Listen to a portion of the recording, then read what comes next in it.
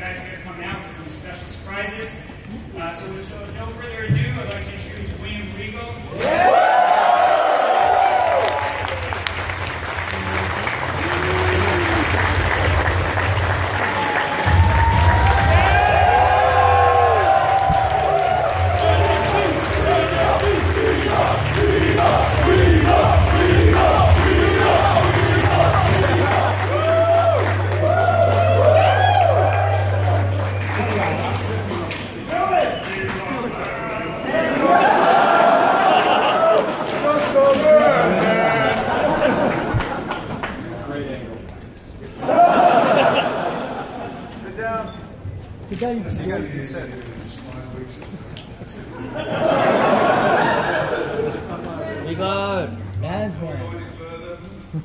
Myself, ladies and gentlemen, I have just been given a great big script that I'm supposed to remember in about 20 minutes, and it's not happening. So, right. Firstly, it's a pleasure to see you all. Welcome to the 2015 San Diego Comic-Con. It is my pleasure to be here to represent the WWE NXT and the new Mattel and WWE line of action figures. This afternoon you will get a sneak peek at the latest line of WWE action figures, as well as getting to talk to and meet some very special guests.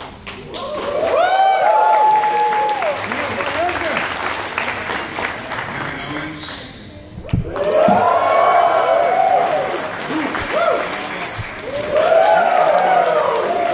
Sami Zayn, and a newly crowned NXT champion.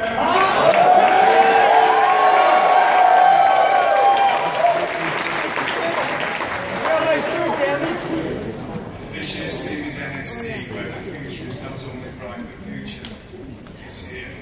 Yeah!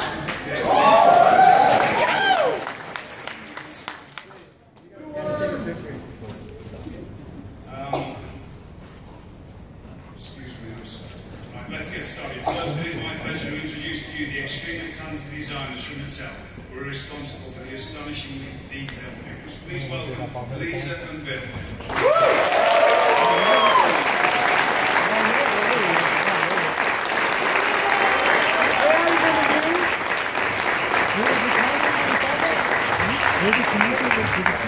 Before we go any further, here's a video from a very special guest who couldn't be with us today, who would like to talk to you.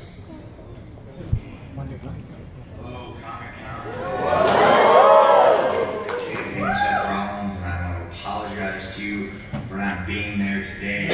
Being the champion of the world has its perks, but it also has its downsides. So I'm stuck here in Los Angeles filming a commercial for your favorite video game, WWE 2K16, which will be out this fall. Looking forward to hopefully making this up to you next time. I will answer all your questions. I will sign all your autographs, your baby's foreheads, and all that good stuff. Good time. Enjoy San Diego. See you next time.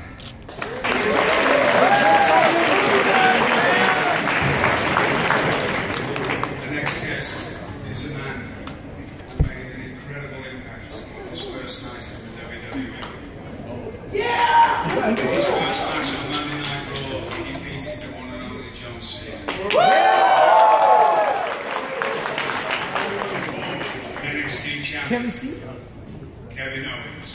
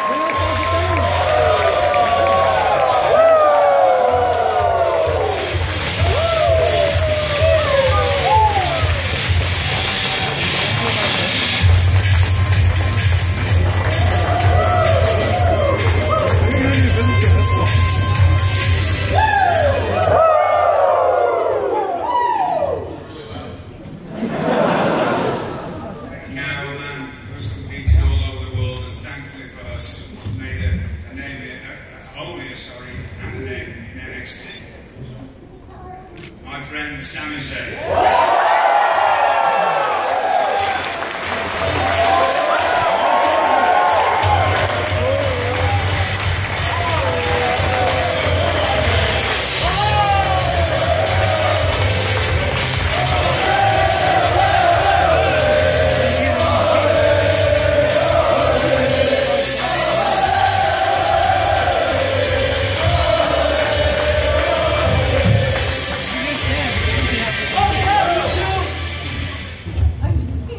Last but not least, a man who has taken NXT by storm. A man who on Saturday night in Tokyo defeated Owens. NXT champion, Bàlor.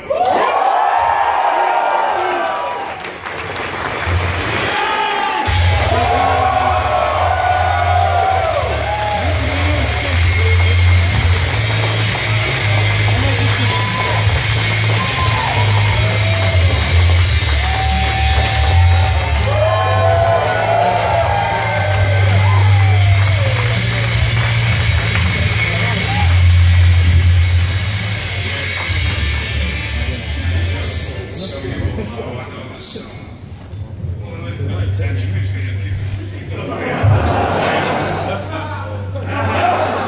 And as you know, if any of you get in any kind of trouble today, we have a serious way. So, no fighting here. Okay, firstly, I would like now for Eliza and Bill to talk us through the new line of WWE ActionFigurePics.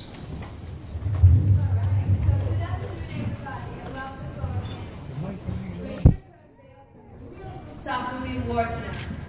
If they will be available later this year, as well as a sneak peek into early 2016. And we are starting off with our basic figures. Maybe later in the year we will have Tyson Kidd.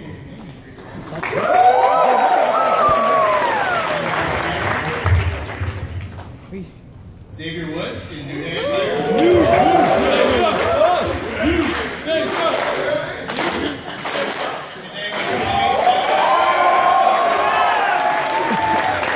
Does he come with a broken shoulder?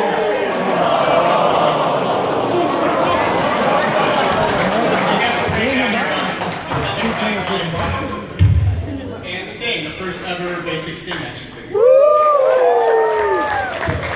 That's a close. That's right, Bill. And also, Charlotte. And I actually have the first sample of the figure here.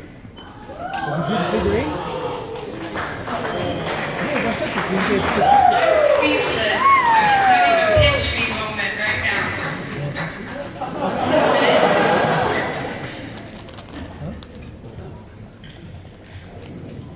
So next we have our battle packs. This is where we celebrate tag teams, matchups, and key opponents. And we also include accessories. The Ascension will be making their debut.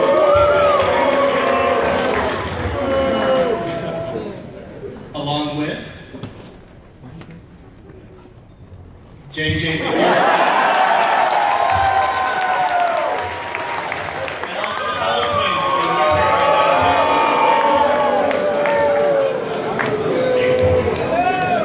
Hey, Dad, you look like them now.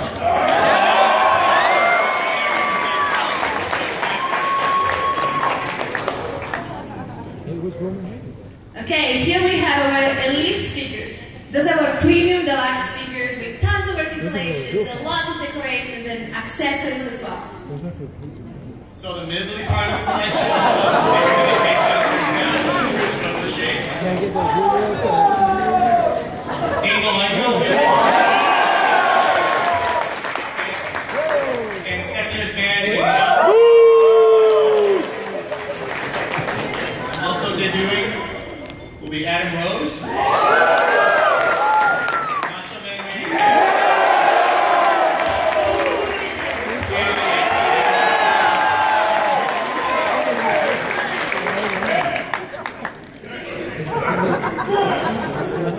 And then here's some more works in progress and stuff we're working on right now that isn't quite ready. Dominic Cooker! Bailey, and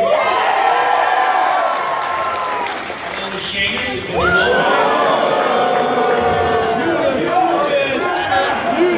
Undertaker from WrestleMania. And also Kalisto.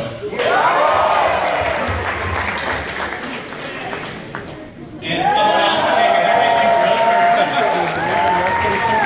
Needs a little more color. Also in the Elite Collection, we got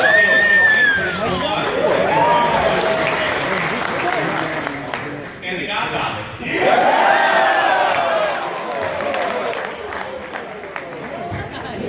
And Finn Bàlor. Good entrance here. Approximately a sneak peek of what the figure will look like when it is complete.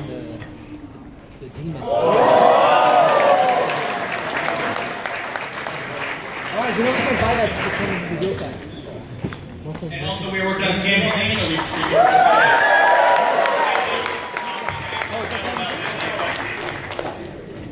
You mean the belt he had for 2 months?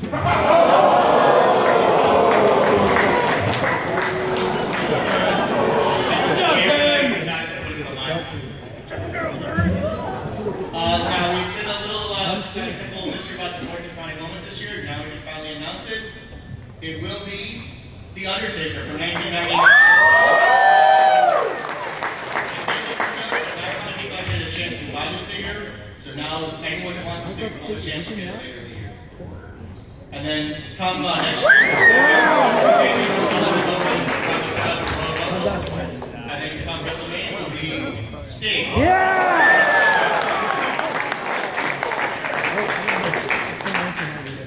And lastly, stop by our Mattel booth to see our Creative Superstar feature, all the figures you saw today, giveaways, and more fun stuff.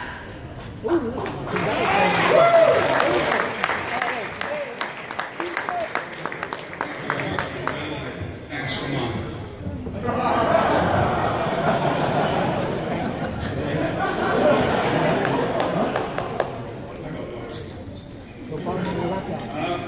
I've got a question before we have any questions from our audience. First thing to everybody, you all grew up WWE fans, and I'd like to know which action figures, if any, did you play with when you were younger? And I know if there was no such thing as this when I was a child, it's unbelievable to me to get the opportunity to have this. But also, what does it feel like knowing that there's millions of children around the world who actually able to collect an action figures of you personally, Kevin? Yeah, I collected a lot of action figures when I was younger. My favorite one was the Steve Blackman one that had the stuff like that. You couldn't do anything with them. It was great. I mean, it's cool to know that, you know, kids everywhere will be able to play with an action figure of me, but the best thing for me is that my son's going to get to have one, so that's as good as it gets.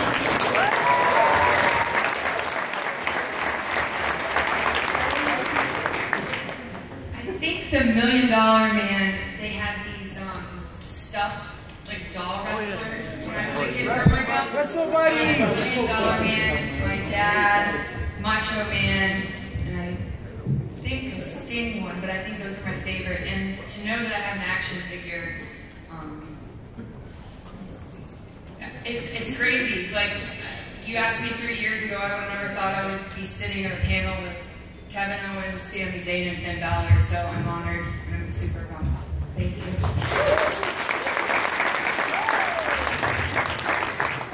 I definitely grew up my entire life from age 5 to maybe 19 playing with action figures, and I still have actually a couple of the LJN rubber, single pose. You guys know what I'm talking about.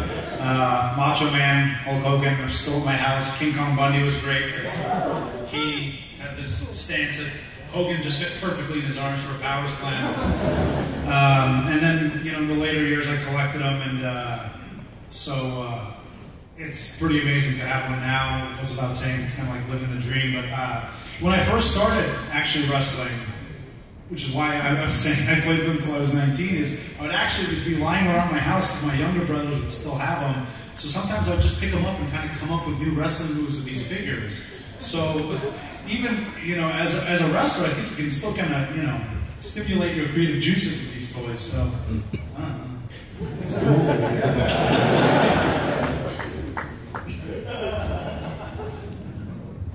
Yeah, for me, you know, action figures, not just WWF, or as they're known now, WWE figures.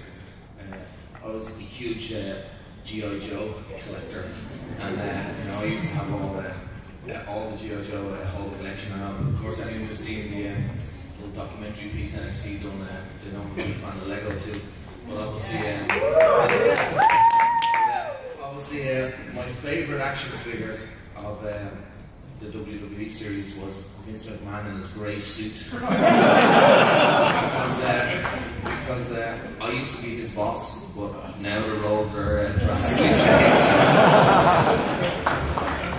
No, yeah, it's obviously it's very surreal to have our own action figures, and just seeing, I haven't seen any of them in real life, just on the screen there today, and honestly the first time I've seen it, so I'm excited to see how they come to life. It's been on my side of it. I was one of those. The detail that nowadays is absolutely mind-blowing. Right, so individual questions. Kevin, you rose through the ranks of NXT at lightning speed, and you defeated John Cena on your very first night.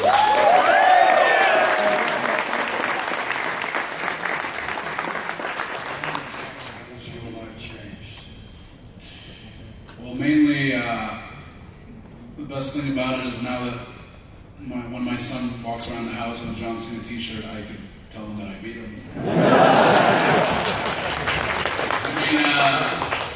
I've dreamed of being in WWE since I was 11 years old, and when things started happening and I kind of knew that I was coming here, I wanted to make my time in NXT as memorable as I could, and even though I was, you know, I've only been in NXT for a short time, I think it's already been pretty memorable, and the one thing that I knew I would do when I signed the contract here was that one day I could beat John Cena, and I did that on the first night, so it's pretty special.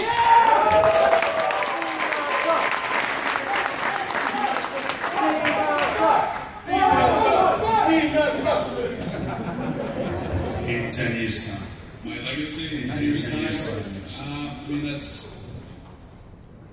hard to tell. I think it's going to be a legacy of chaos and destruction, mostly. But I think the thing that I want to be remembered the most for is that I got on Raw on a regular basis before Sami Zayn.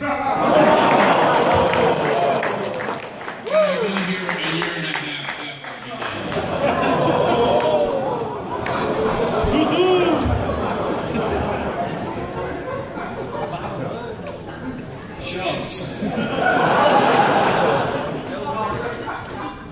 Yes, sir. This is really weird. Honestly, my son's here, and I was talking about, I remember Charles being 6, my son running around to get the singing boom bop. Let me ask you this, the ladies division in the NXT has been set the world on fire.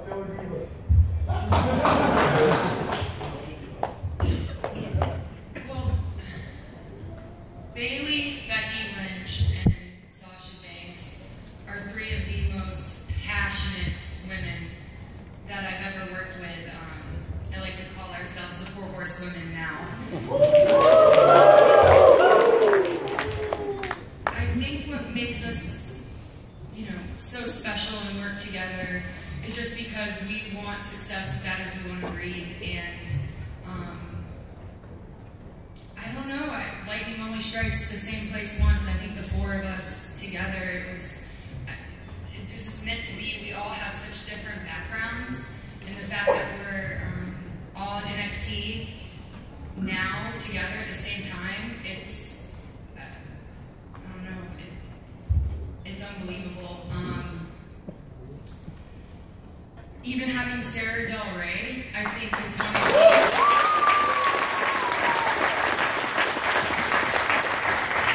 obviously she's our first female coach, and then, she's traveled the world, and to be able to have her knowledge with us every single day at the Performance Center, I think that's also why the women's division is doing so well in NXT. Okay, obviously I've spent a lot of time with the father. And for those who don't know, that's what advice is he giving you as far as to being a part of our industry? If you're going to do something, you have to want to be the best at it. And so when I started in developmental, that's what I wanted, and I wanted to do his legacy justice, and I want to be the hardest worker in the room, and that's what he's always taught me. Okay, Sami, you've traveled the world for many years before you came to NXT. What makes NXT so unique? Because I know we've talked a lot about this, and we just talked about being in NXT. What's so special? Well, that's okay. So NXT's also evolved a lot since I first got here, and almost to touch on something Charlotte just said about sort of lightning in a bottle. The crew of people and the kind of cast of characters that you have there now, all at one time, I think you're going to look back on it one day, maybe 5, 10 years, and you're going to think to yourself, like, whoa, wow, those people were all there at the same time. Almost in the sense, like, what is it, 2002, I think, what Randy Orton, Cena, Brock Lesnar, like, that was a big year to have all those guys coming out at the same time. So not that I'm putting us necessarily in the same boat, but once you got all these pieces at the same time in the same place, I think it captured a lot of people's attention, and the fact that this room is full all the way to the back is a kind of a testament to that. So, oh, jeez. So, I think. What's that? No. I just had surgery here, coming to break, Yeah, I really think it's a time and place thing, and that's what makes it so unique and so special, is that just all these people at the same time, same place, it's just chance, really, and that's why it's grown to be what it is right now. Okay, when can we expect to see you back in the ring? You should be asking me this in front of her. Yeah. Well, actually, so you may notice I'm out of my sling as of yesterday.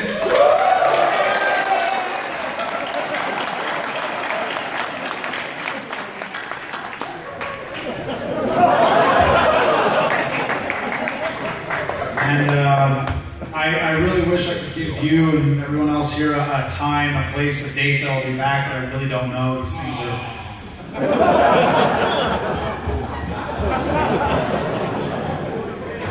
things are unpredictable, so we'll see how it's going, but so far so good. I'm shooting right now for the end of 2015, early 2016, but we'll just have to wait and see. Yeah, thank you.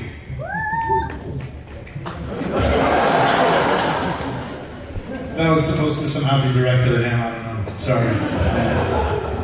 Finn. You're so hot!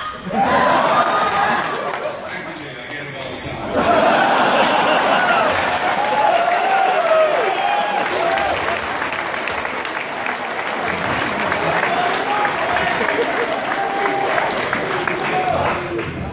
Mother, please. Look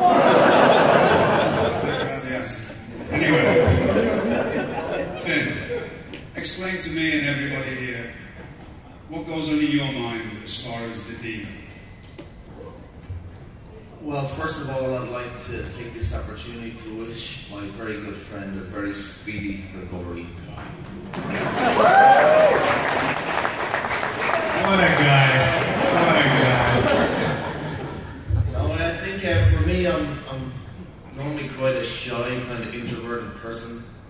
But I do believe that, everyone in this room and every human on the planet probably has some sort of a dark side or some sort of inner demon.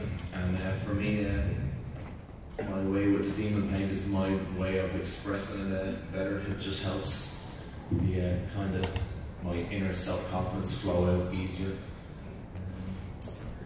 I guess it's like, you know, we all get this certain amount of confidence when nobody knows who we are, or, you know, if we put on a mask or whatever, that's just my little mask.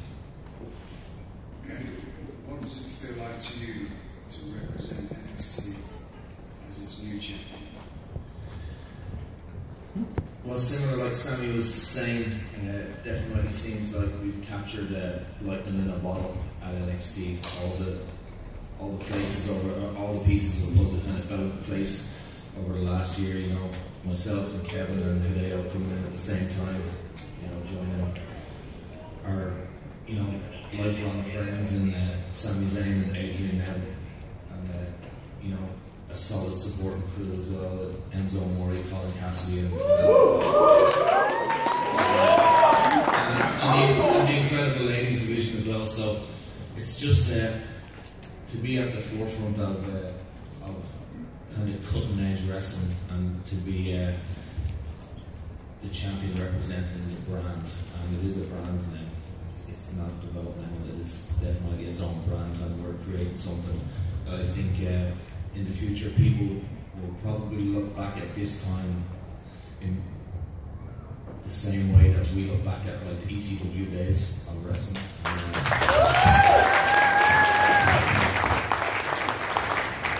I really believe that in 10 years that's the way NXT in the present day will be viewed, and I'm very happy to be a part of it and proud to be champion, and I'm looking forward to doing a lot more here at this point.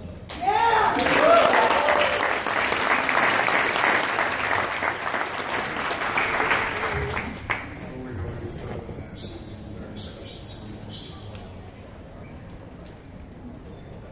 The rematch between Bàlor and Kevin Owens will take place on August the 22nd at the Barclays Center in New York.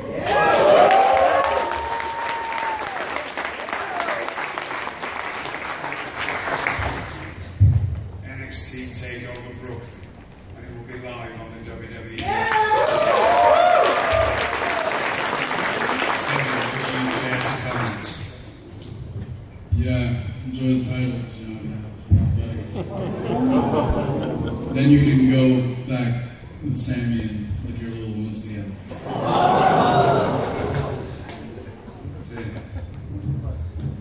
Well, you know, if you couldn't really write the script any better to have spent 8 years in Japan, 8 very happy years, competing in an amazing company, but being given an incredible opportunity to come to the WWE and wrestle for NXT a year ago.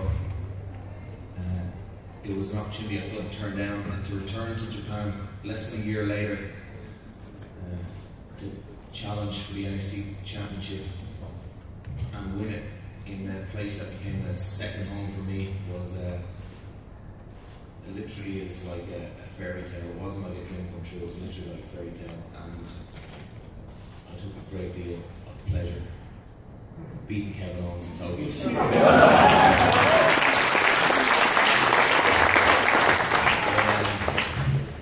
The Japanese crowd is very different. It's a very different atmosphere. It's a very different feeling in the building. But I'm sure in New York City we'll be able to create something even more special. Yeah, you're probably right, because you know how all those years you spent in Japan and how special it was for you on the title in Japan. Well, I spent 8 years rocking the house in New York City every time I went there. So when I walk into Brooklyn, the Barclays Center, there's no way I'm walking out without that title.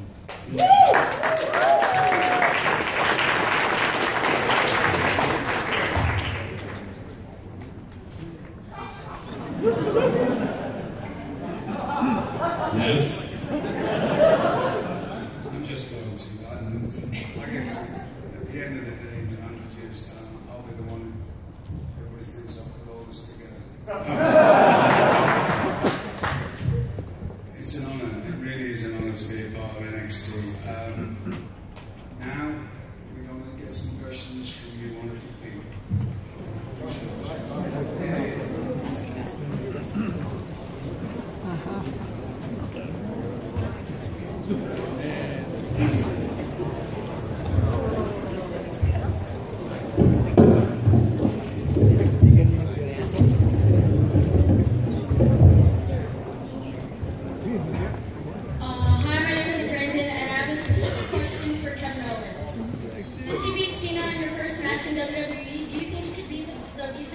Brock Lesnar.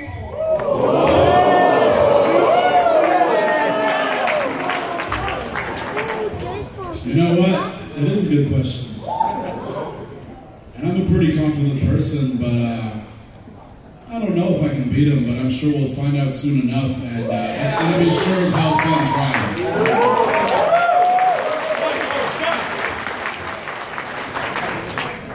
Hi, this question is directed to Sami and Kevin.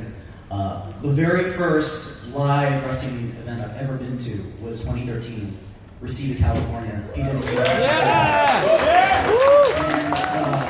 just the rivalry between Kevin Steen and El Generico was just from the first match to the finals. So my question is actually the beginning of that rivalry, back when Kevin first attacked Generico back in ROH. What was the thought behind that, and did you think the rivalry was going to run as hot and as long as it did? My rivalry with El Generico is something I look upon very warmly because it's full of great memories and it's helped me get to where I am. But that has nothing to do with El Generico, because El Generico was like a fantastic performer.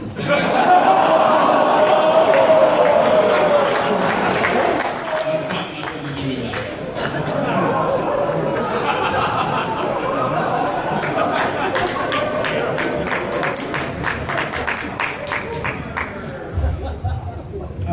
Yeah, I get asked about that a lot, but truth is I can't speak for El Generico. From what I understand, I think he's running in, it sounds like him. If you were here, I'm sure he'd look at you and say you're pathetic.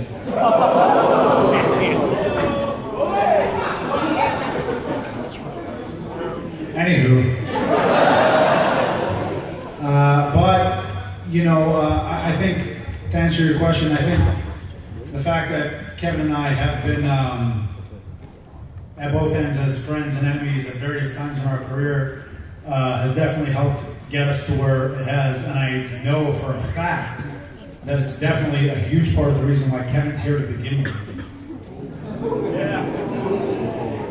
So to say that it helped our careers goes without saying. I kind of don't really remember what your question was, actually. Thank you.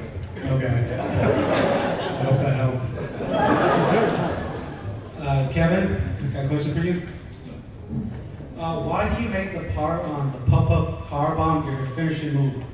Why, man? It works very well. Sami? You know firsthand.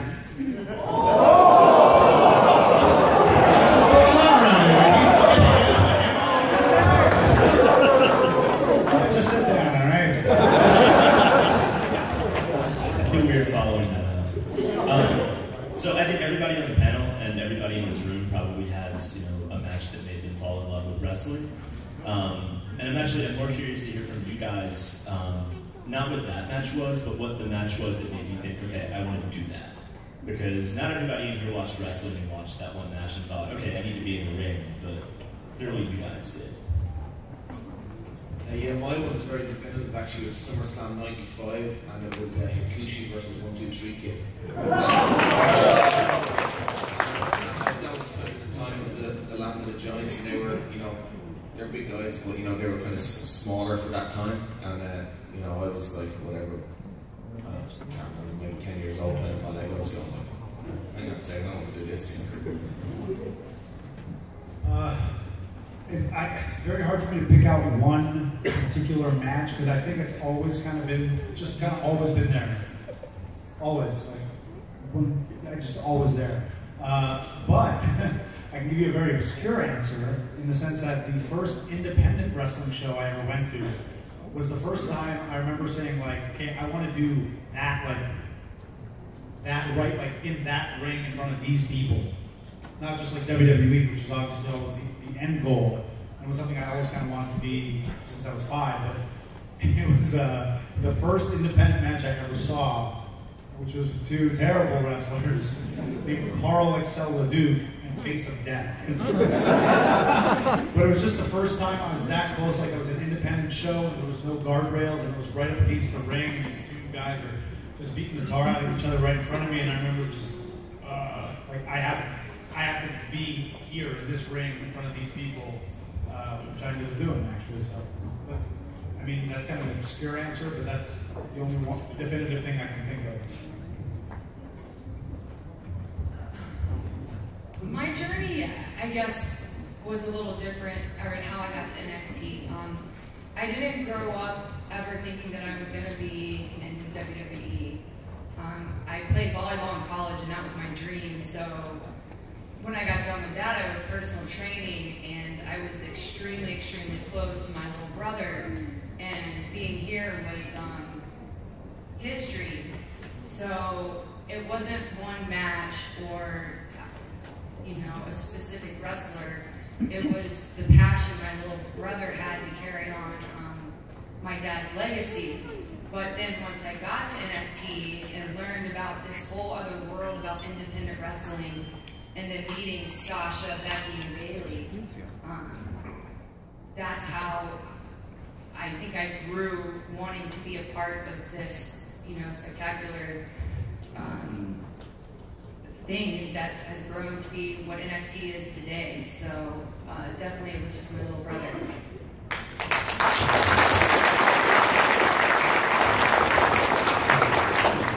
For me, it's definitely Shawn Michaels versus Diesel, WrestleMania 11. My dad rented the tape, I watched it with him, and by the time Shawn Michaels was done with his match, I knew that's what I had to do. Shawn Michaels was my first favorite wrestler, and when I was younger, I was actually pretty skinny and pretty small, and I thought I could be like Shawn Michaels. Clearly, we're on very similar paths.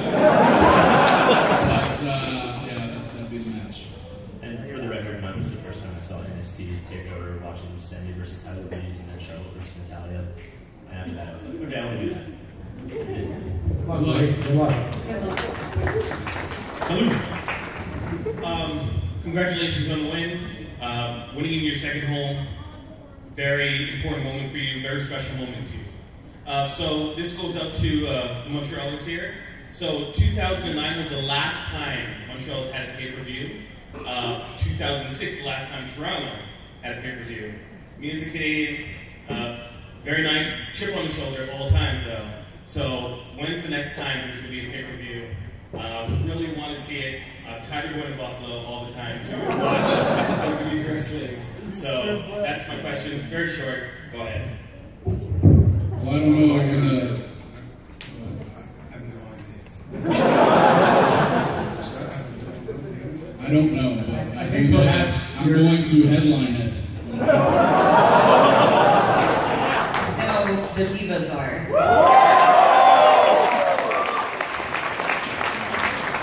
I just think that perhaps you're overestimating our involvement in the company as wrestlers.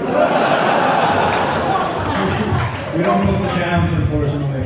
But I'm all for, WrestleMania in Toronto or Montreal or something one day. Canada's a great market, and I do think we get the shaft a little bit, so I feel you.